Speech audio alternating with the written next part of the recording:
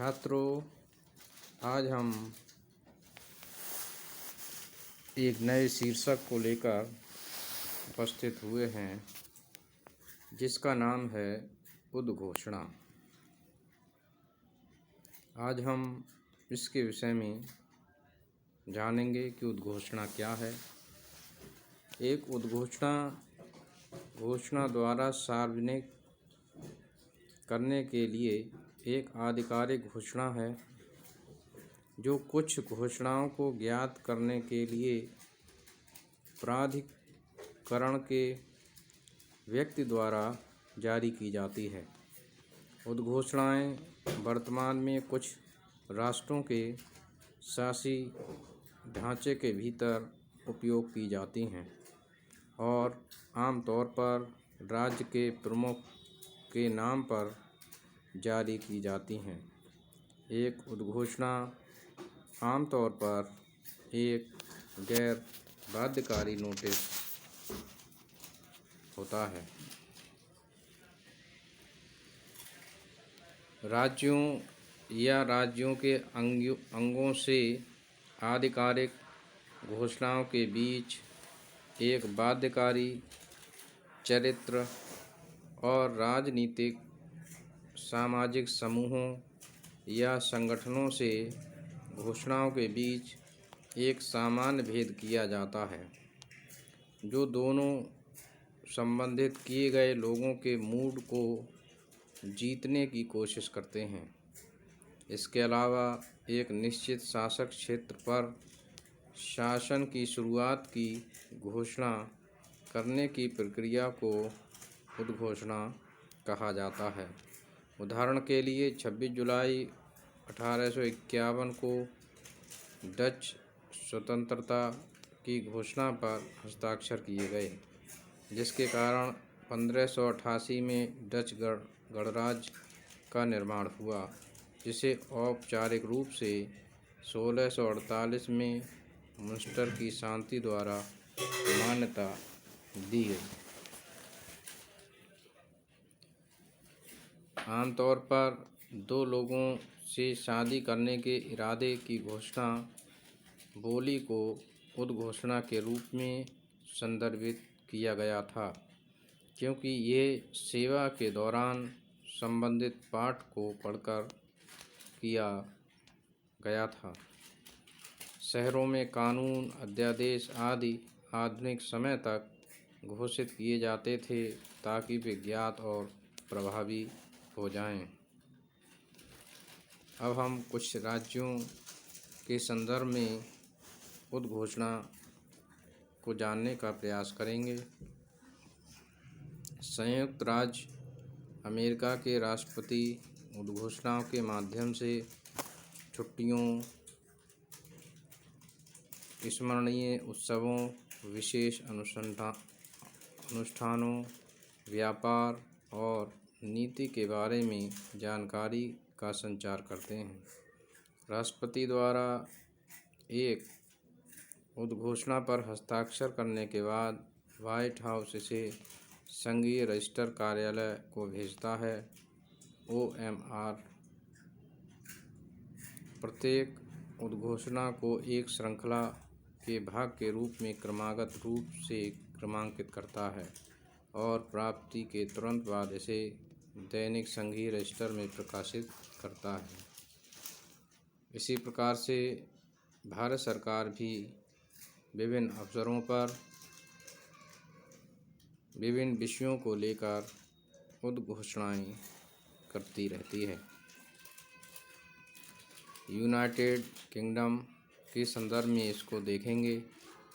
अंग्रेजी कानून में एक उद्घोषणा एक औपचारिक घोषणा है, जो महान मुहर के तहत की जाती है।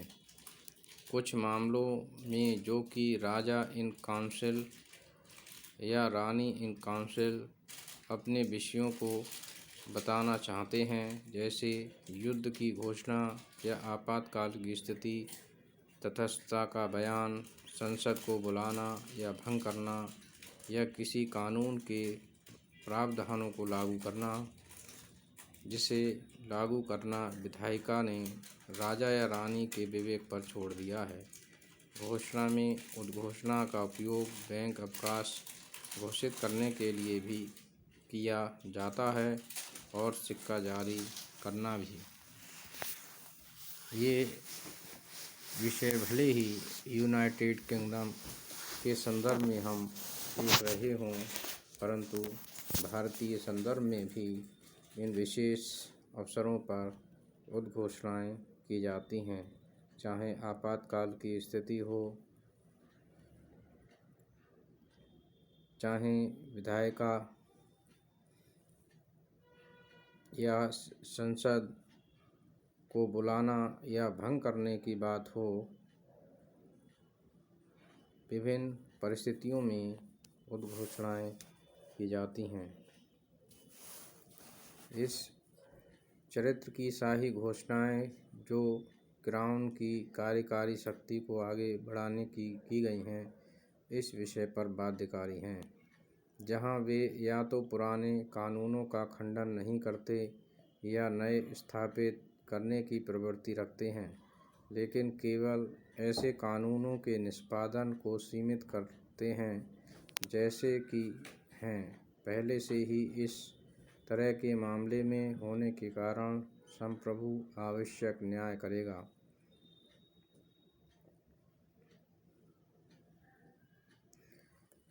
हालांकि क्राउन की कार्यकारी शक्तियों के अनुसरण में नहीं की गई, या तो विषय को कुछ कर्तव्य पूरा करने के लिए कहते हैं जिसे करने के लिए वे कानून द्वारा बाध्य हैं, या कानून द्वारा पहले से निषिद्ध किसी भी कार्य या आचरण से दूर रहने के लिए वे हैं वैध और सही, और उनके प्रति अवज्ञा,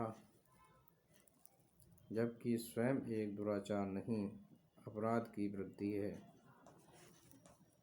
में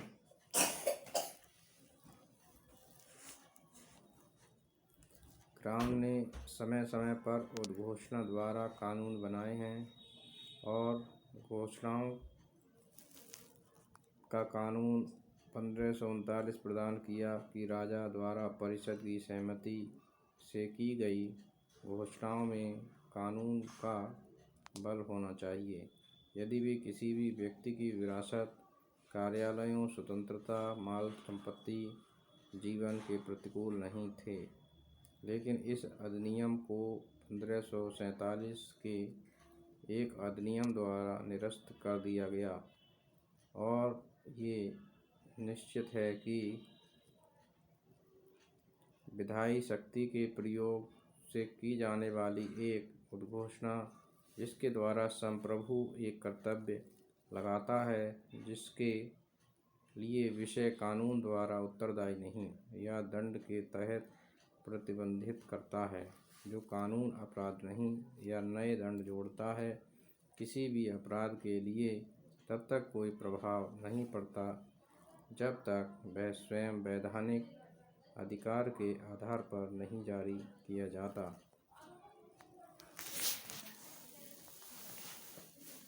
क्राउन के पास एक नए विजित देश के लिए घोषणा द्वारा कानून बनाने की शक्ति है।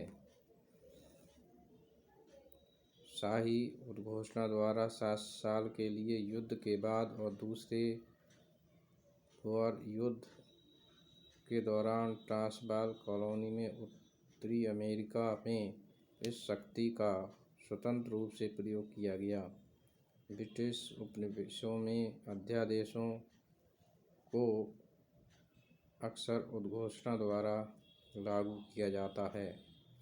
एक उपनिवेश में कुछ शाही कार्य तब तक प्रभावी नहीं हुए जब तक उन्हें घोषित नहीं किया गया।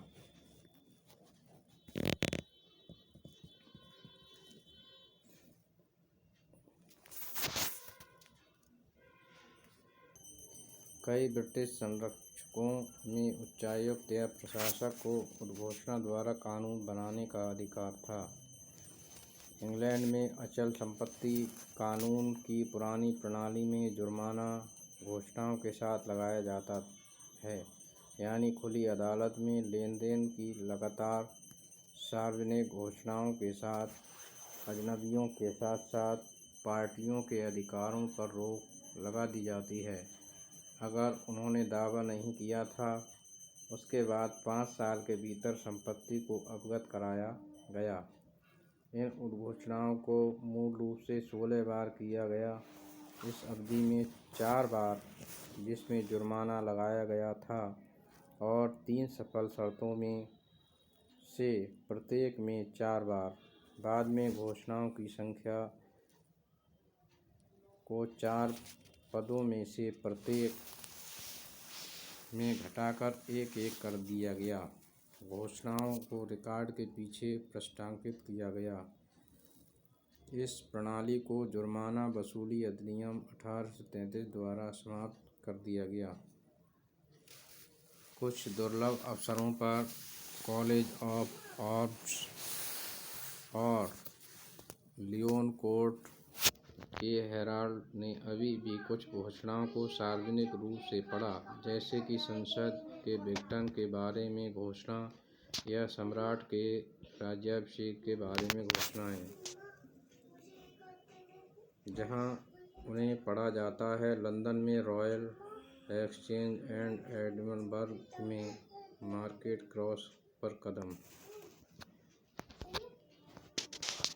कुछ देशों में उद्घोषणा दिवस भी मनाया जाता है। उद्घोषणा दिवस आधिकारिक या अनौपचारिक छुट्टियों या अन्य वर्षगांठ का नाम है जो एक महत्वपूर्ण उद्घोषणा को मानते हैं या चिन्हित करते हैं। कुछ मामलों में ये एक सम्राट के सिंहासन पर प्रवेश की घोषणा का दिन या उसकी वर्षगांठ हो सकती है। एक उद्घोषणा दिवस किसी देश की स्वतंत्रता, युद्ध की समाप्ति, किसी महत्वपूर्ण संधि के अनुसमर्थन का जश्न भी मना सकता है। दक्षिण ऑस्ट्रेलिया में उद्घोषणा दिवस दक्षिण ऑस्ट्रेलिया में एक ब्रिटिश प्रांत के रूप में सरकार की स्थापना का जश्न मनाता है। प्रांत की आधिकारिक तौर पर 1834 में मनाया और घोषणा किया गया जब ब्रिटिश संसद ने दक्षिण ऑस्ट्रेलिया अधिनियम पारित किया था, जिसने किंग विलियम IV को दक्षिण ऑस्ट्रेलिया को ब्रिटिश प्रांत के रूप में बनाने और उपनिवेश और सरकार के लिए प्रदान करने का अधिकार दिया था।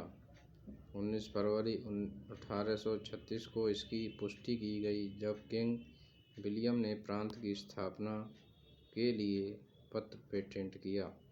सरकार की स्थापना की घोषणा कैप्टन जॉन हिंदमर्श ने द ओल्ड गम ट्री के बगल में ग्लेनन नॉर्थ के वर्तमान उपनगर में की थी। 28 दिसंबर 1836 में उद्घोषणा ने स्थानीय मूल आदिवासियों के लिए कानून के तहत वही सुरक्षा निर्दिष्ट की जहां बसने वालों के लिए थी। इस प्रकार हम देखते हैं कि उद्घोषणा एक प्रकार से सरकारी आदेश होता है और ये विभिन्न परिस्थितियों में, जैसे सरकार की स्थापना के समय पर या सरकार कोई जुर्माना लगाती है या सरकार कोई नियम बनाती है, कोई योजना लाती है, इस प्रकार से विभिन्न अवसरों पर सरकार जो है उद्घोषणाएं समय समय पर करती रहती है। तो मैं समझता हूँ छात्रों आपने इसको समझा होगा। धन्यवाद।